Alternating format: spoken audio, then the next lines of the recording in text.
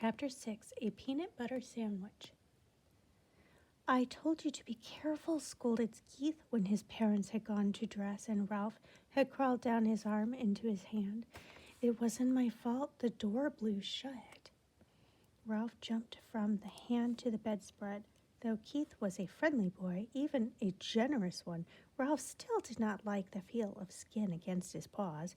It must be terrible to go through life without fur, and such a nuisance having to wear clothes that had to be washed and drip dried.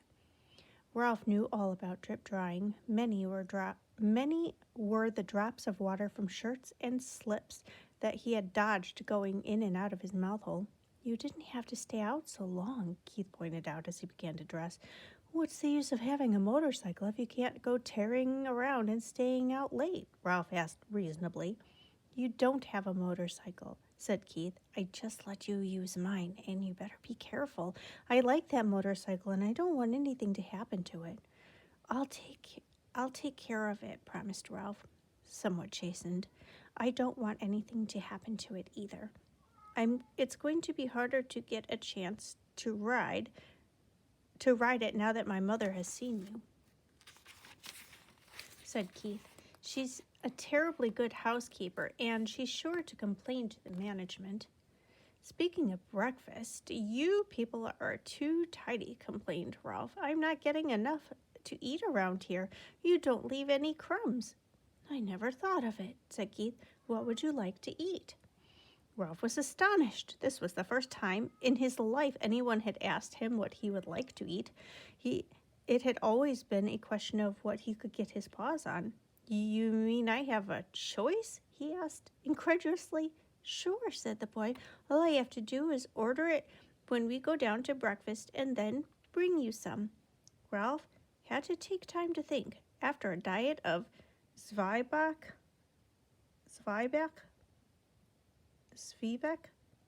really don't know what that is, and graham crackers provided by little children, bits of candy, and the occasional peanut butter or apple core left by medium-sized children, or a crust of toast and a dab of jam left by an adult who had ordered breakfast sent up from room service. The possibilities of choosing his own meal were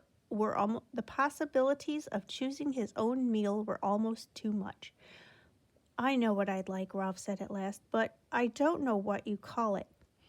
Once, some people who said they were almost out of money stayed in these rooms. They had 4 children, all of them hungry, and they couldn't afford to go to the dining room, so they got some bread and spread it with something brown out of a jar and put some more bread on top of that. They whispered all the time they were eating, because they didn't want the maid or the bellboy to know they were having a meal in their room. Afterward, they all got down on their hands and knees and picked up every single crumb on the carpet so no one would guess they had eaten in the room. It was great disappointment. It smelled so good, like peanuts, only better. The boy laughed. It was peanut butter sandwich. Sure, I'll bring you a peanut butter sandwich, or a part of one. I'll eat part of it myself. It'll be kind of a funny breakfast, but I won't mind that. Where will you leave it? Asked Ralph. Keith thought a minute. Where do you live? He asked. In the knothole under the window. No kidding, Keith laughed. That's the hole I poked my finger in last night. I'll say you did, said Ralph. Scared me out of a year's growth. Nobody has ever guessed it's a mouse hole because it's a knot hole instead of a chewed hole. I'll tell you what, said Keith. I'll bring up part of a peanut butter sandwich and poke it through the knot hole. Just like room service. Ralph could not have been more pleased with the suggestion. What about the motorcycle? He asked. Where are you going to leave that? In my suitcase, I guess. Oh, come on, pleaded Ralph. Have a heart. Leave it someplace where I can get on it while you're out during the day. You're supposed to be in your mouse hole asleep, not riding around in the daylight where people can see you. Well, gee whiz, can't a fellow even look at it? Asked Ralph. I bet you like to look at big motorcycles yourself. Yes, I do, admitted the boy. Well, I'll leave it in back under the bed like I said, but you promise not to ride it until after dark. Scout's honor. Ralph jumped off the bed and ran to the knothole. Ralph's home was furnished with a clutter of things people drop on the floor of a hotel room. Bits of Kleenex, hair, ravelings. His mother was always planning to straighten it out, but she never got around to it. She was always too busy fussing and worrying. Now, as Ralph expected, she was dividing rye crisp crumbs among his squeaky bunch of little brothers and sisters while she waited to scold him. Ralph, if I have told you once, I have told you 1,000 times, she began. Guess what? Interrupted Ralph in an attempt to change the subject. Somebody in 215 is going to bring us a real peanut butter sandwich. Ralph, cried his frightened mother, you haven't been associating with people. He's just a boy, said Ralph, deciding to keep the complete story of the dangers and the glories of the past night to himself. He wouldn't hurt us. He likes mice. But he's a person, said his mother. That doesn't mean he has to be bad, said Ralph. Just like Pop used to say, people shouldn't say all mice are timid just because some mice are, or that all mice play when the cat's away just because some do. Just the same, Ralph, said his mother, I do wish you would remember to be more careful whom you associate with. I am so afraid you'll fall in with the wrong sort of friends. I'm growing up, said Ralph. I'm getting too old to hang around a mouse nest all the time. I want to go out and see the world. I want to go down on the ground floor and see the kitchen and the dining room and the storeroom and the garbage cans out back. Oh, Ralph, cried his mother, not the ground floor, not all the way down there. You aren't old enough. Yes, I am, said Ralph stoutly. There's no telling what you might run into down there. Mousetraps, cats, poison. Why, out by the garbage cans you might even be seen by an owl. I don't care, said Ralph. Someday I'm going downstairs. But think of the owls, Ralph, implored his mother. We moved into a hotel because of the owls. It was after your Uncle Leroy disappeared and his bones were found in an owl pellet. His mother's pleas were interrupted by the sound of Keith returning to room 215. Now you'll see, said Ralph to his mother, and waited, anxious lest his friend let him down. Sure enough, Keith came to the knothole. Psst, he whispered, here it is. The waitress thought I was crazy ordering a peanut butter sandwich along with my cornflakes for breakfast, but here it is. He stuffed half a sandwich a bit at a time into the hole, where Ralph seized the pieces and pulled them all the way through. Listen, we're going to be gone most of the day. The dining room is packing us a picnic lunch, and we're going to drive along some of the back roads and visit some old mining towns. Thanks a lot, Ralph managed to say, with his mouth watering. Have fun.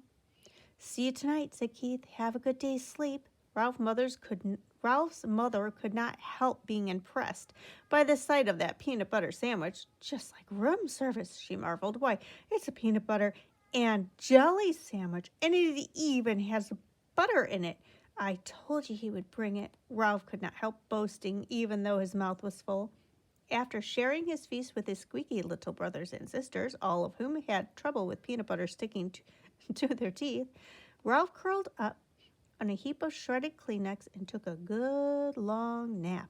When he awoke, refreshed, his first thought was of the motorcycle. He wondered if Keith had really remembered to leave it under the bed. He yawned and stretched and left by way of the knothole. Room 215 was just as Ralph had last seen it. The bed had not been made, and there were no fresh towels in the wash basin. Ralph ducked under the sheets and blankets that had tumbled off one side of the bed, and there in the dim light he caught the gleam of chromium exhaust pipes. Keith had trusted him after all. He walked across the carpet and took hold of the hand grips once more. They felt just right in his paws, and he longed to be off speeding around the threadbare spots on the carpet. But a promise was a promise. Keith had kept his promise about the peanut butter sandwich. Ralph would keep his about not riding the motorcycle in the daytime. He tried to satisfy himself by walking around the motorcycle in the dim light under the bed, admiring all over again the sleek design of the machine. Ralph was lost in admiration and daydreams of speed and power when suddenly the door opened and the maid entered. It was too late to make a dash for the mouse hole. The maid stripped the blankets and the sheets from the bed, shedding unwelcome light on Ralph and the motorcycle. Her feet in white sneakers moved lightly as she gathered up the sheets and pillowcases and towels and dropped them with a soft plop beside the door. The next thing Ralph knew, he was hearing a familiar and dreaded footsteps coming down the hall. Steps he had learned to fear when he was a tiny mouse. It was the head housekeeper, the woman who was in charge of all the maids in the hotel. He recognized her steps and he recognized her shoes, stout, sensible black Oxfords. Nothing was ever clean enough for the head housekeeper, and Ralph's whole family lived in dread lest she discover their mouse hole.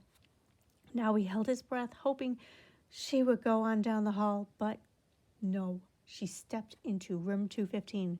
"Good morning, Marjorie," the housekeeper spoke crisply to the maid. "Be sure you clean 215 and 216 very thoroughly this morning. There has been a complaint from the guests. They suspect mice."